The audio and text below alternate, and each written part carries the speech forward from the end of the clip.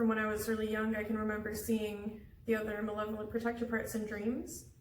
And then I remember around when I was 8, they started talking to me a lot more while I was in the external world. One of the malevolent protector parts, Winter, would compel a lot of self-destructive behaviors as an attempt to try to keep the dissociation in place, because the mind can't really distinguish between destructive behaviors done from somebody else or done by yourself, so the mind just interprets it as something traumatic happening to you, and that will increase the levels of dissociation. I remember a lot of internal speaking coming towards me, telling me to do self-destructive things to myself.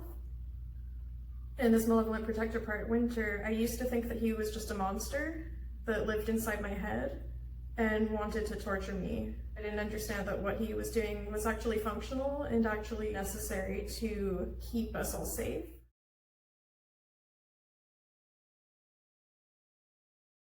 I dealt with so much influence from the malevolent protector parts. Throughout my teenage years and my young adulthood, they compelled self-harm and eating disorders, and I was compelled to perform self-neglect and self-abuse, basically neglecting food and water and sleep and comforts, and self-abuse, performing a lot of re-traumatizing actions, putting myself in re-traumatizing situations.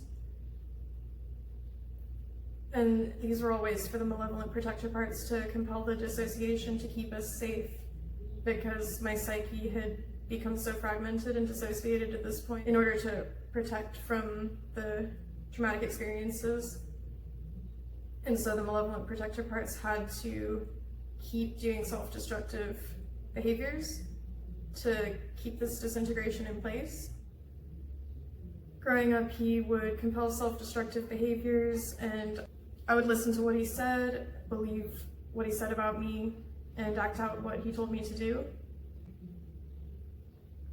He had a very strong inner critical voice, and he would critique me and tell me how I had to act and what I had to do to minimize the trauma from situations.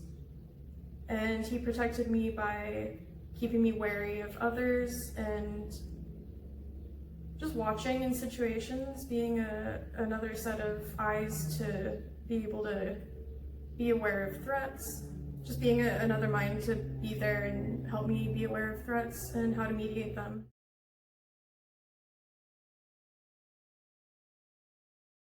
I felt very disconnected from my own sense of self already back then because I was so dissociated and depersonalized and derealized a lot of the time. So I struggled a lot with trying to understand who was the real me. I knew I felt like myself, but I also knew this other person was there.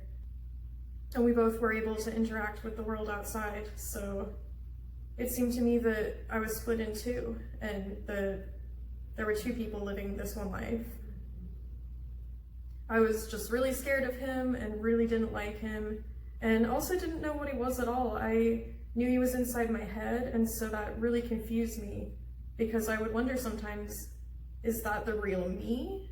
And am I a false front? Why is there this other self inside my head?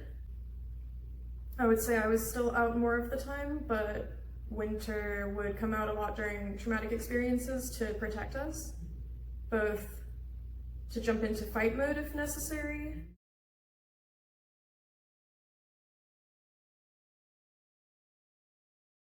and also to shield me from the emotions. So when he would come out to protect us, I would get extremely depersonalized and derealized and not be able to feel my emotions anymore. So that protected me from getting the full brunt of traumatic experiences. And then Winter would compel self-destructive coping skills like self-harm to keep us separated, keep me afraid of him, keep our psyche disintegrated so that we wouldn't share those traumatic memories, and we could compartmentalize them within each of us. And it's basically like two people being better than one. Two people can carry more than one person can carry. So I was aware of this dynamic all throughout my childhood. I just had no idea what was happening. I had a lot of self-doubt, so I would just tell myself a lot that I was crazy and that I was imagining everything, and I didn't know how to talk to other people about it.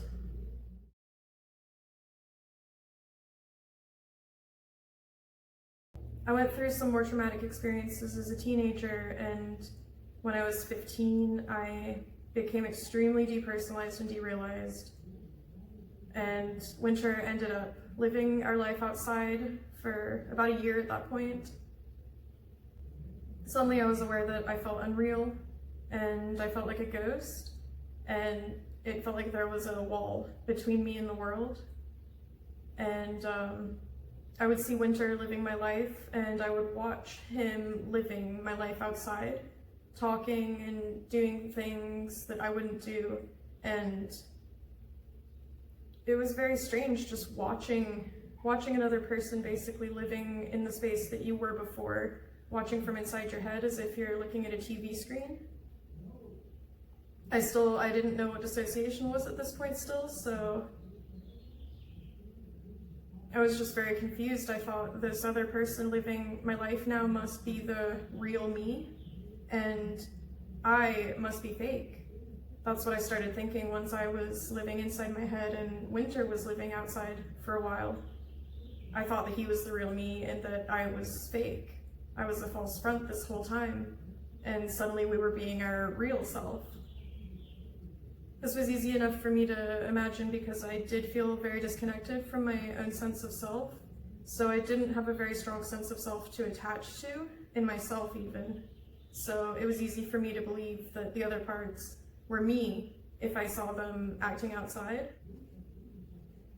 So I remember Winter being the person living our life outside when we were 15, and he made a lot of changes in my life, cut out a lot of people that were unhealthy, reclaimed a lot of our sense of worth in ways that I had been neglecting. So he did help a lot. I was still very scared of him, and I thought that he just wanted to burn bridges and didn't want me to have any connections. I didn't realize at that point that he was only against unhealthy connections. So I'm grateful now to him for taking over for a while and getting our life started to be a little healthier. There were a lot of social repercussions to Winter living our life because he was so different from me.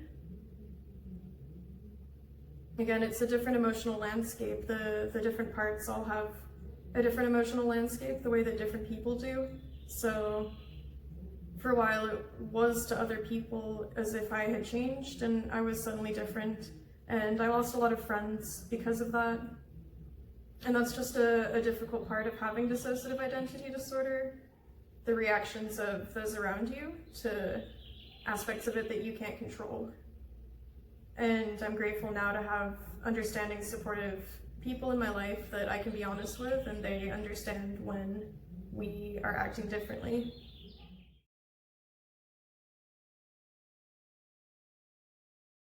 Even at this point, even though I was aware of another person in my head and I was aware that they had their own autonomy, I didn't realize that I had dissociative identity disorder. At that point, I didn't even know what dissociation was. I knew that I experienced it, but I didn't know the word for it. When I was a teenager, I was misdiagnosed as bipolar because I started going to treatment when I was 15 or 16. I think 16, and they were aware that sometimes I would act very different from other times, and sometimes I would be very depressed, other times I would be very full of energy, and so I got diagnosed with bipolar and tried a bunch of different psych meds, none of which really helped, and my PTSD, my CPTSD, wasn't detected when I was a teenager. On average, it takes about 7 years within the mental health system to get an accurate diagnosis of DID.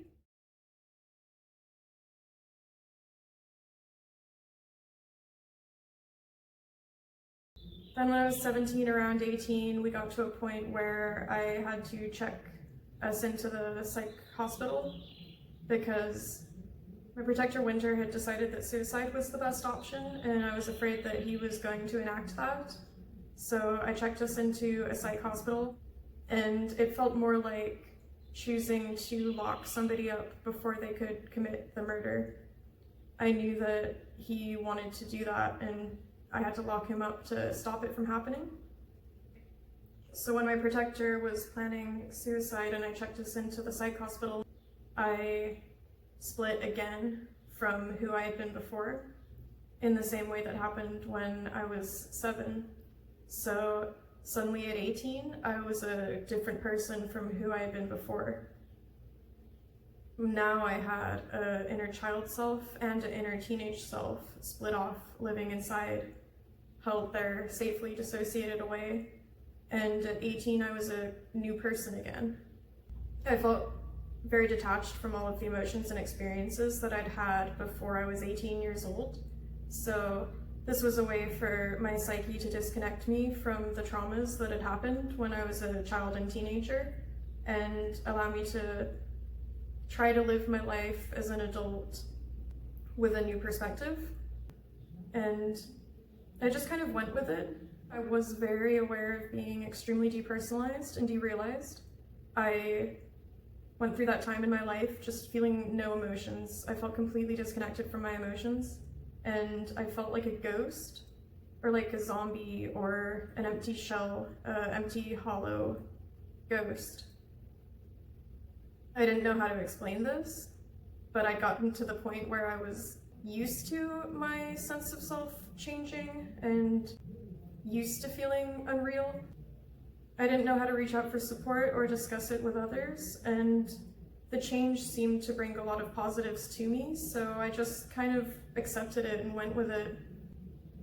When I went into the hospital as a teenager, I had been extremely depressed, and after I dissociated from my past sense of self into a new self, my severe depression, it was held away in the part that had been disconnected, so I wasn't as affected by it anymore.